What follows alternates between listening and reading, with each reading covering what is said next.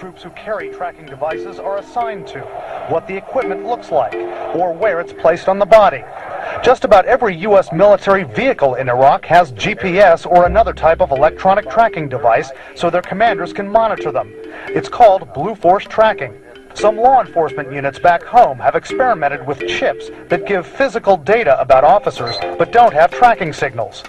U.S. military officials say soldiers and Marines in most regular combat units in Iraq, like the Missing Soldiers Division, are not outfitted with tracking devices. One reason? The danger involved if a soldier carrying one gets captured. That provides certain options for the adversary. If he knows that this is a tracker, and somebody's going to come back and get this tracker because they think it's associated with a human being, they have the ability to set up an ambush for whatever unit's going to come back and try and find this unit. One option, placing a tracking microchip under a service member's skin. Former U.S. Special Operations officers tell us they believe that's being developed. Current military officials won't comment on that, Wolf. Yeah, what about the cost, Brian? Is that at all a consideration? It's a big consideration. Just about every former officer I spoke with says the cost of outfitting each combat troop with a tracking device is one of the main reasons they don't have them right now. So when you speak with the various special operations types and others, and I know you've been doing a lot of reporting on this, the pros and cons of having these kinds of tracking devices, what do they say, Brian? Some believe that every service member should have them. Some don't because of the risks we talk about. But others say if they can deal with the cost and pay for all of this, it is worth it not only to track missing troops, but to be able to tell friendlies from enemies on the battlefield. Brian Todd reporting for us. Such devices, by the way, are not just tools for war. They're also tools that could keep all of us and all of our families safe. We saw that back in February when 3 mountain climbers and their dog were stranded overnight on Oregon's Mount Hood. Rescuers found them all safe by tracking their mountain locator unit, a device similar to the one seen here. Also, many models of cell phones use GPS tracking software that could locate you in case of an emergency. There are also several products available to keep track of children. Many of them act as emergency cell phones and tracking devices, with some even able to display on a map the places your child has visited. Still ahead tonight in the situation.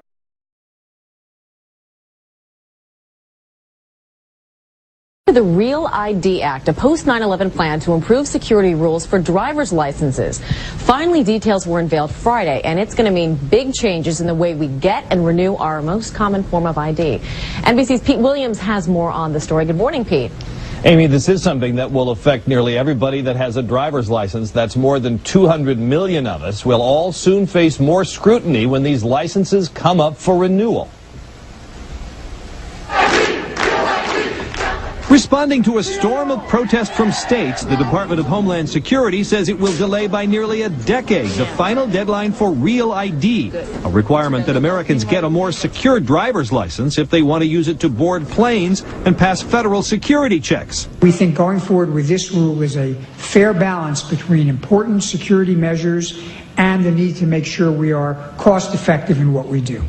To lower the costs, Real ID will concentrate first on younger Americans, starting with the age group most terrorists have come from. Within the next 6 years, by 2014, anyone under 50 must get the new, more secure ID. For everyone else, the deadline is 2017. Getting Real ID will require showing up with documents to prove identity and home address. The states must also add security features to make licenses harder to counterfeit. The Homeland Secretary says it will be worth the cost and bother.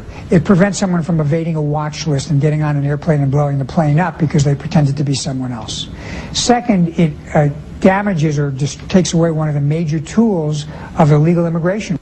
And Secretary Chertoff says by phasing this program in over the next 9 years, it will cut about 75% off the cost to the states, Amy. And Pete, speaking of states, I understand there are still quite a few who are resisting this notion of a secure or a real ID.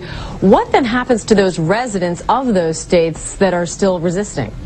Some states have actually even passed laws saying, no, we're not going to take part. And I think Homeland hopes that the states that have rejected Real ID as either too expensive or not worth the trouble will now reconsider. These states have until May to say whether they will join the program, but if they still say no, then their residents, as of this May, will no longer be able to use a driver's license to board an airplane and will need some other form of accepted federal ID, and for most people that'll mean a passport. All right, Pete, so we all know the lines at the DMV are notoriously long. What happens now with this now overhaul when I go next time, say, to the DMV to renew my driver's license? Okay, well, when you renew your current license and switch over to Real ID, you will need to show up in person. You can't do this online or in the mail. You'll have to have your picture taken. They'll get your digital signature, and you'll have to bring a document to prove that you are who you say you are, and your current driver's license won't work for that. The state will verify those documents and do a computer search to make sure that nobody else with your name and social security number has a license in any other state. And by the way, Homeland says this is one way that they'll help to reduce identity theft. That'll take some time, so don't expect to get your Real ID license the same day. It's going to be mailed to you, most likely. All right, and I'm sure there will be long lines as usual. Pete Williams, thank you.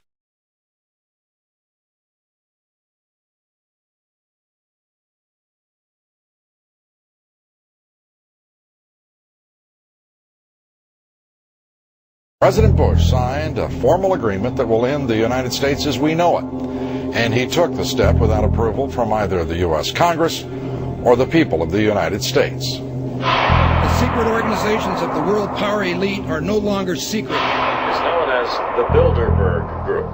Could their objective be world domination?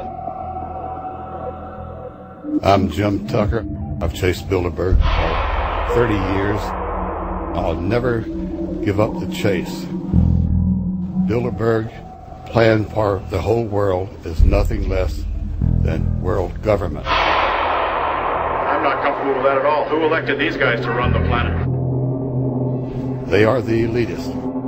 They feel they should run the world for their own selfish interests. Now we can see a new world coming into view. A world in which there is the very real prospect of a new world order. Bilderberg is making great progress toward a world government, and only an educated, informed public can stop them in their tracks. David Rockefeller admits in his own memoirs that he wants to destroy the United States. Right. He's a traitor. It's good to be back at the Council on Foreign Relations. As Pete mentioned, I've been a member for a long time and was actually a director for some period of time. I never mentioned that when I was campaigning for re-election back home in Wyoming. Let us never tolerate outrageous conspiracy theories.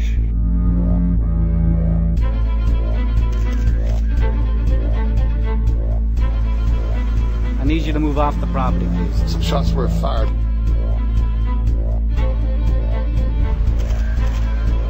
There's Bilderbergers right there. The Trans-Texas Corridor is a vital part because we stop it here in Texas. We stop the new world order right here in Texas.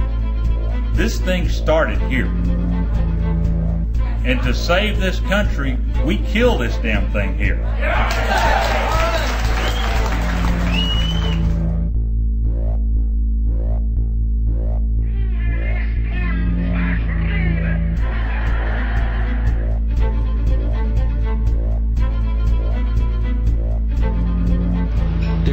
A chance for the President of the United States to carry out a phrase his father used, and that is a new world order. Your new world order will fall. Humanity will defeat you. The answer to 1984 is 1776.